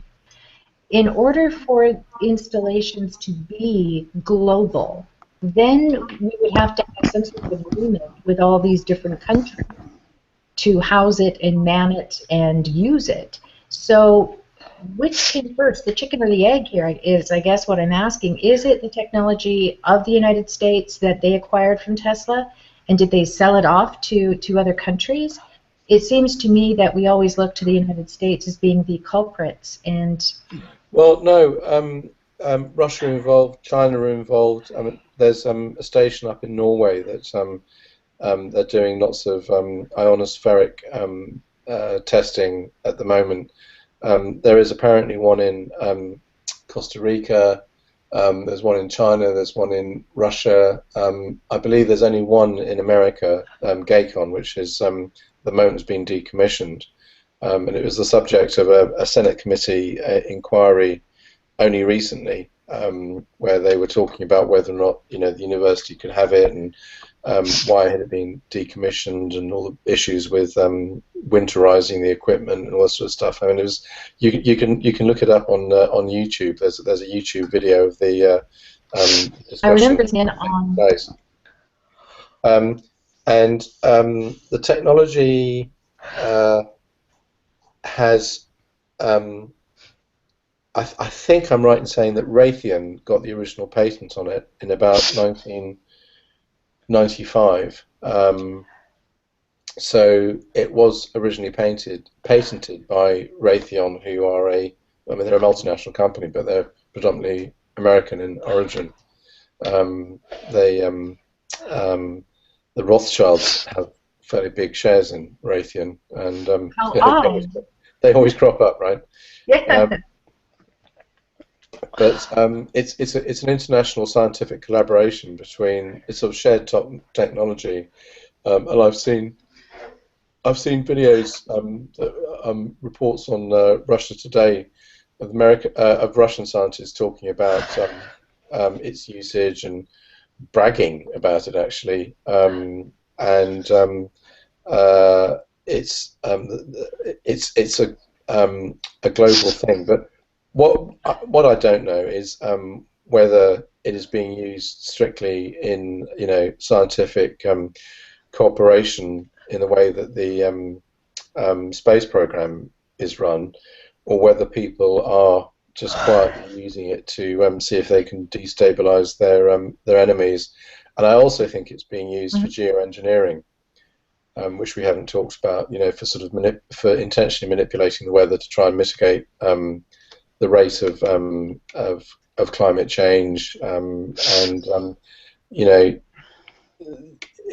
you could sort of assume that it's being used to try and change the length of growing seasons, the rate of precipitation, and there is a view even that I've got no idea whether or not this is true, but this is sort of purely speculation, which I don't, not my speculation, but I have seen it mooted that current drought in California is sort of like the equivalent of the NSA getting their computer system hacked, but it's being initiated by somebody else, and then America are trying to counteract it by doing something else.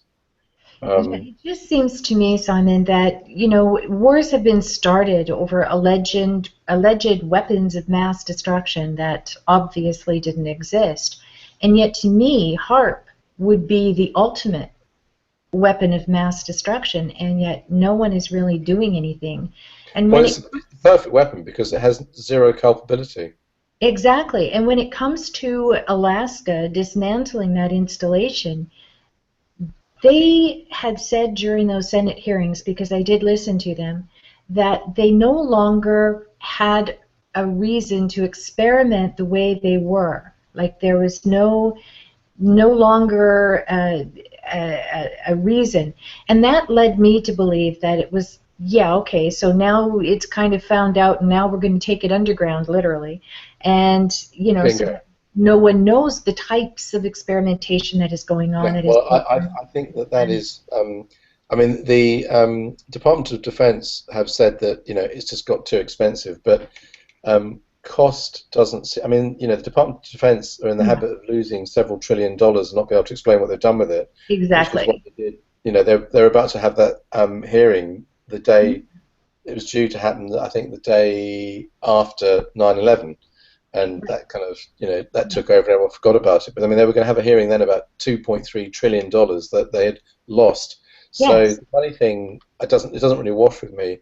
And I think you're absolutely right that because of the fact that everyone now knows where it is, and people like me have talked about it in detail for several years, it's become too conspicuous, and it's just made it not fit for purpose. So I think what they're doing is probably building another one somewhere else that we won't know about, so that Exactly. they can just do their thing without having journalists walking up Okay. to the gates and going, "So what are you doing here? Yeah.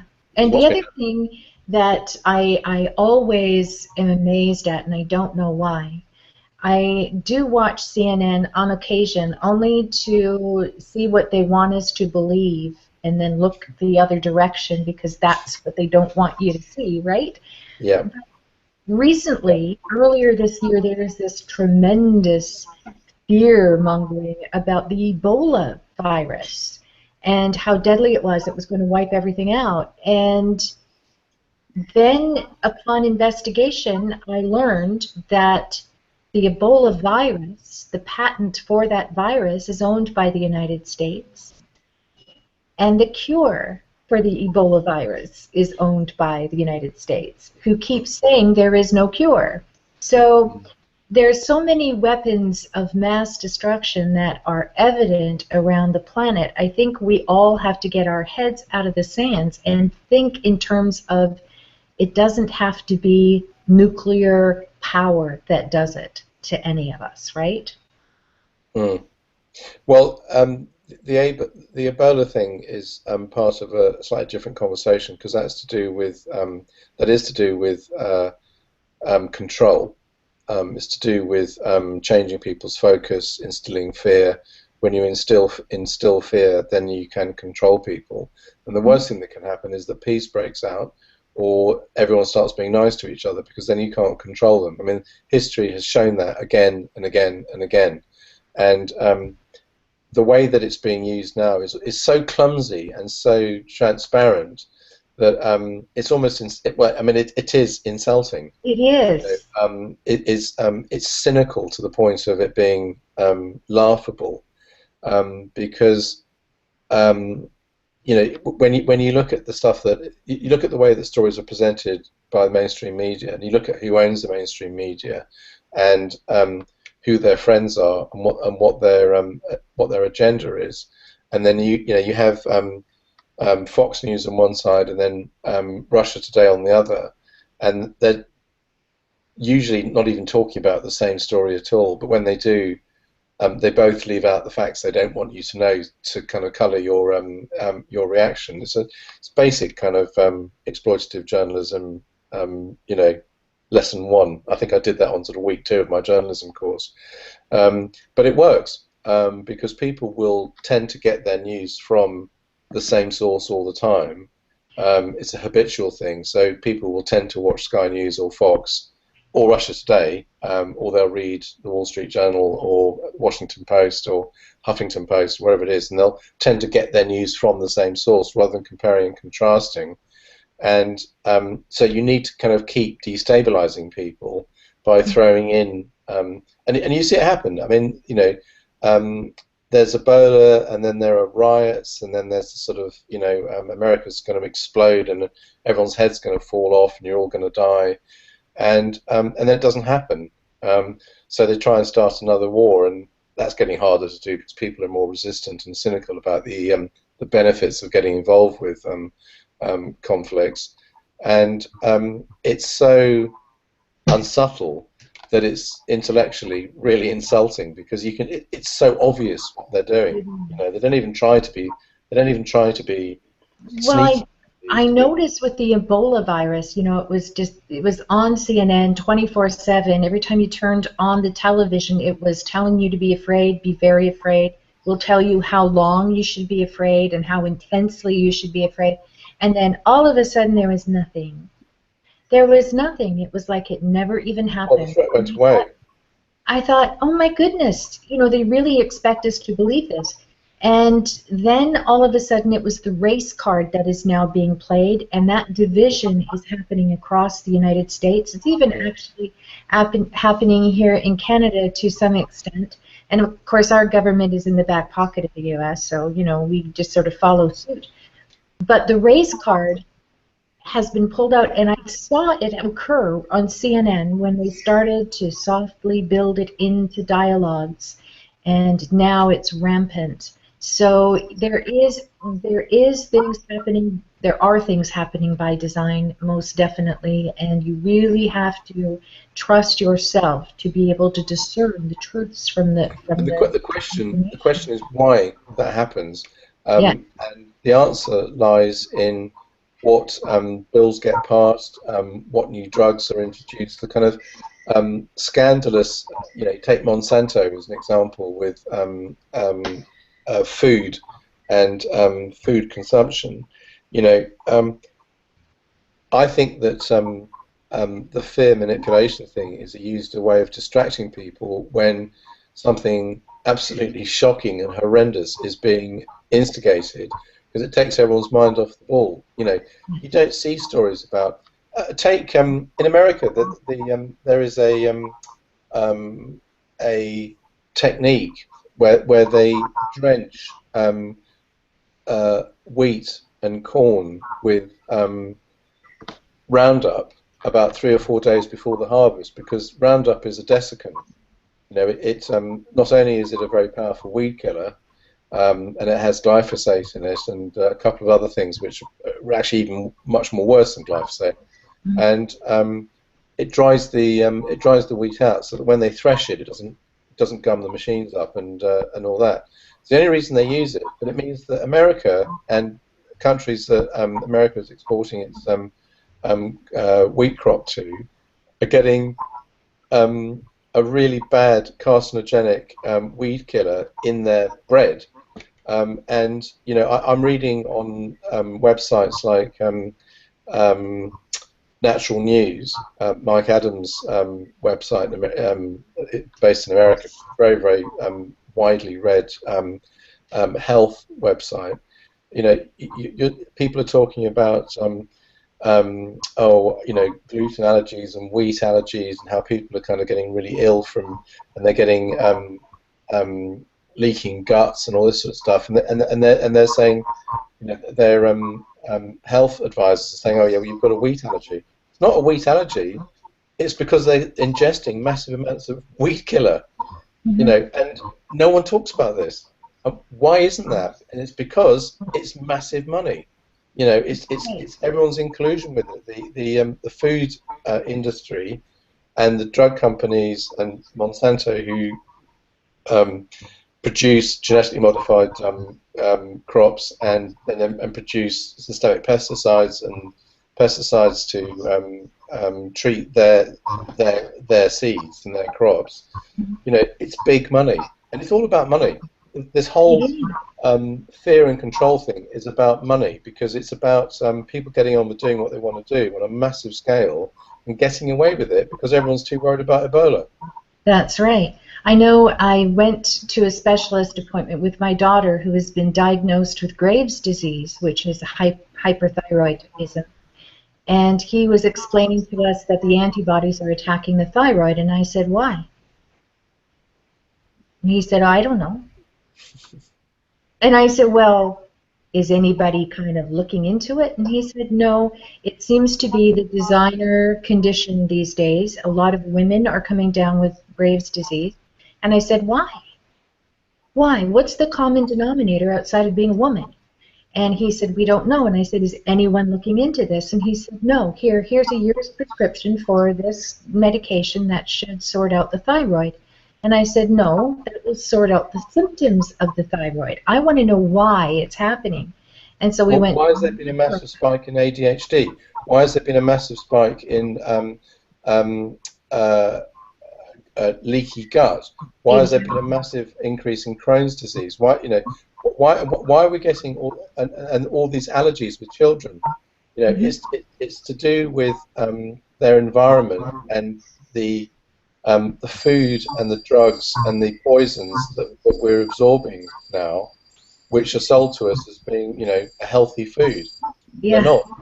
No, they're not. It's absolutely. It's absolutely. You know, it's shocking to see that ADHD has increased from. I can't remember. I think in the 1950s it was something like 1 in 800,000 children were diagnosed with it, and now it's 1 in something like 88,000.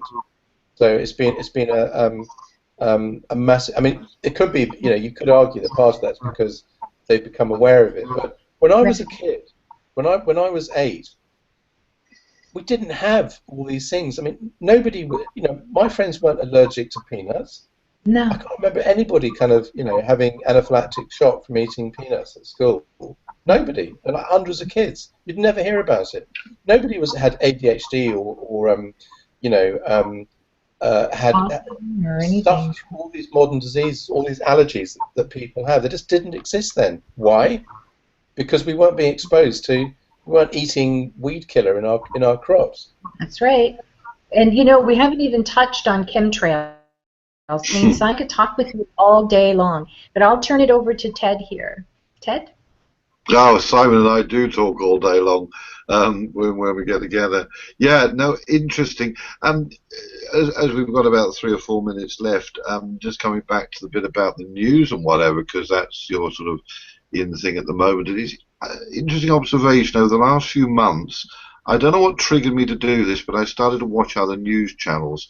I'd always been BBC and maybe Sky every so often. I started sort of popping over to RT, interestingly, and didn't really realise it was Russia Today to start with. And then there's the French one, 24, France 24, and Al Jazeera, because I'd heard a lot about it and whatever. And what I would say to the viewers and the listeners is give it a try, because as Aaron and Simon have been discussing, you do get different views on the world and politics and takes and whatever. And if you start to not believe just the BBC and Sky News and what is being pumped at you from this country, at least you'll get a more global feel and realise that there is a different emphasis from different areas and different countries.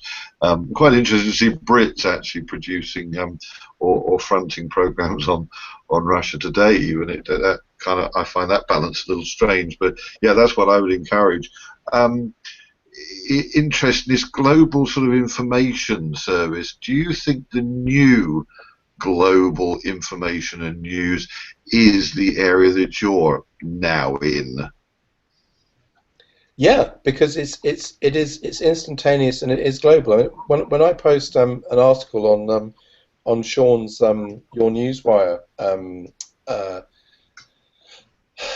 platform, it's immediately available in people's news feeds around the world, on Facebook, social media, on Twitter, because it's optimized to do all of that. It's designed to kind of spin out and all that kind of thing, and it's instantaneous and it is global, and it's a much more global platform than, say, Sky, and probably actually has a much bigger audience. I mean, Sky is broadcasting to on average about 40,000 people, and Your Newswire is getting, and Huffington Post is the same. Is they're getting millions of people seeing it. So if I want to talk, and I have discussed all the things that we're talking about tonight, I have discussed on there. If I want to talk about the conspiracy to try and start a war in the Crimea, or NATO trying to get their feet under the table in Russia by distracting them by trying to crash a plane in the Ukraine and blame it on the Russians to try and escalate a reason for going in and being invited in to protect the Ukraine. I will talk about it, and I am able to say the sort of things and refer to information and various facts that I could never do on Sky. I mean, they wouldn't let me, because they would block it. If I was writing a report on MH17 for Sky, I would just have to say, oh, it was shot down by a Bark 11 Russian separatist rocket launcher. End of story. That said, the Sun newspaper in Britain last week ran a double-page spread on finding bits and pieces of the plane that the locals had pinched, that they say tends to suggest that it was not shot down by the thing that they say. So, that story is beginning to bubble up in the mainstream media. I mean, they catch up eventually, right? Yeah. But it's shocking how censored you are in what you can say, no matter who you work for. And it's, if you watch Sky and Russia Today are just as guilty of it as Sky, where they'll withhold information to spin the story in their direction. But what they will do is they will actually just cover stuff that Sky wouldn't even talk about, which is why they're so useful, because like they were talking about a whole load of NSA and CIA operatives, like this guy called I think Thomas Drake, who was a very senior CIA guy in the for about 10 years, who are all taking a bill to Congress. Is that what you do? Take to Congress or the Senate? Take it. And about not spying on the public, because there's this thing that sort of we've got this kind of mass scale spying thing that goes on now, made much easier by social media, and you'd never hear Sky talking about them. You wouldn't even know who they were. But the whole debate about what Edward Snowden did and what Julian Assange have done with willy-nilly releasing information. I mean, that's a whole conversation about whether they did it in the right way or not. I don't think they did. But there are an awful lot of people who want to blow a whistle on all sorts of industries who are just basically ignored and shut up because it's not expedient, because you don't want to upset the 10 major advertisers on Sky who will make the products that somebody's going to say you shouldn't be eating this because it's poison. So, it's all to do with the advertising. Again, it's all to do with money. It's not about journalistic integrity or telling the truth. It's about having to shut up. Yeah. A bit like me now. Oh, Simon, this is so much fun. I tell you. But we've kept you so long, and you've been such a good sport. And again, we haven't touched on half of what I would love to discuss with you. So you know what that means, don't you? You're just going to have to come back another time. And I'd love to. Yeah, that would be great. Nina? Yeah. Thumbs up. I've really enjoyed listening to you and hearing you bring everything together, spirituality and global political hanky-panky shenanigans. It's all about the atoms. We're all the same atoms, and it's all connected. Exactly, and that's the point. And thank you so much for that very important message. Yeah. Ted? What more can I add? I've always said that Simon's a man of many parts, and most of them are fully functioning. Yes, we, when we meet up down, I didn't mean it quite how that sounded. When we meet up down here, I mean, we just engage and chat on for England, and we cover the universe and everything, and it's great. And yeah, I love the guy, and thank you.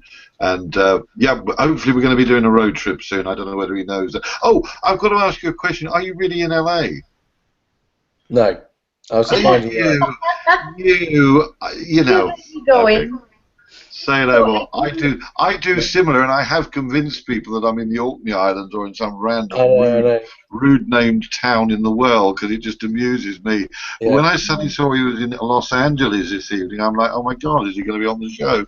And then looking at the backdrop, I thought, well, he's got a very much a home from home look. Yeah. I thought sorry, Ted. I just couldn't resist winding you up. Oh, it was winding me up. Well, it didn't work. I didn't believe you for 1 minute. One thing I do want to mention before we go, and I'm sure that our viewers are going to spot this as well, but there is an Emmy sitting on the cabinet behind Simon. So, as many hats as Simon wears, and as wonderful and amazing as he is, he also has a remarkably talented and amazing wife as well. So can you tell us a little bit about the Emmy? I can. My amazingly talented and wonderful wife, Christine, won that for an animated feature, and there's a cell from it here, above it, that was drawn by the guy who invented Bugs Bunny, and it was the last film that he ever animated, and it was an animated version of Peter and the Wolf by Prokofiev, and she won an Emmy for her efforts as producer. So that's the story behind that. But pretty cool. Pretty cool. That is awesome. Awesome. Just wanted to get that in there because I was curious. I knew a little bit about it, but I wanted to make sure that we got her mentioned, because that is certainly an achievement. Thank you so much for your time today, Simon. It's been absolutely amazing once again, and we can't wait to have you back. My pleasure. Yes, and I just want to mention one more thing. If anybody verbally. If they want to get in touch with Simon and see about his work, go to Yes. www.yournewswire.com. So, Thank you for mentioning that. We have been cycling that web address through the chat room as you've been on air, Simon, but we did need to mention it for our archived viewers so indeed. that they would know how to get in touch with you. So there we go. There's another show under our belt here at Virtual Vision FM. I noticed that we had one lovely viewer that had to scoot out a bit early. She was very thankful for a show like this where she can hear so many different interesting concepts and intelligent discussion about what is happening in the world. And you made that happen. Simon, thank you so much for being a part of everything here today. And we will see you next week. I believe next week we have the astrologer on with us, don't we? Yes, Adam Smith, who is a very well-known Vedic astrologer and very interesting man, very articulate and able to explain what the Eastern take on astrology is, which comes from the Vedas, which is thousands of years old. So very interesting. So join us. Thank you. And thanks to all our viewers who have been here live with us. Colin, Sandra, Lovey left, Steph. Oh, it's all the names I can see at the moment. So we'll just say goodbye, see you next week, and thanks for being here. And remember, Virtual Vision FM is your platform to all things spiritual. See you next week.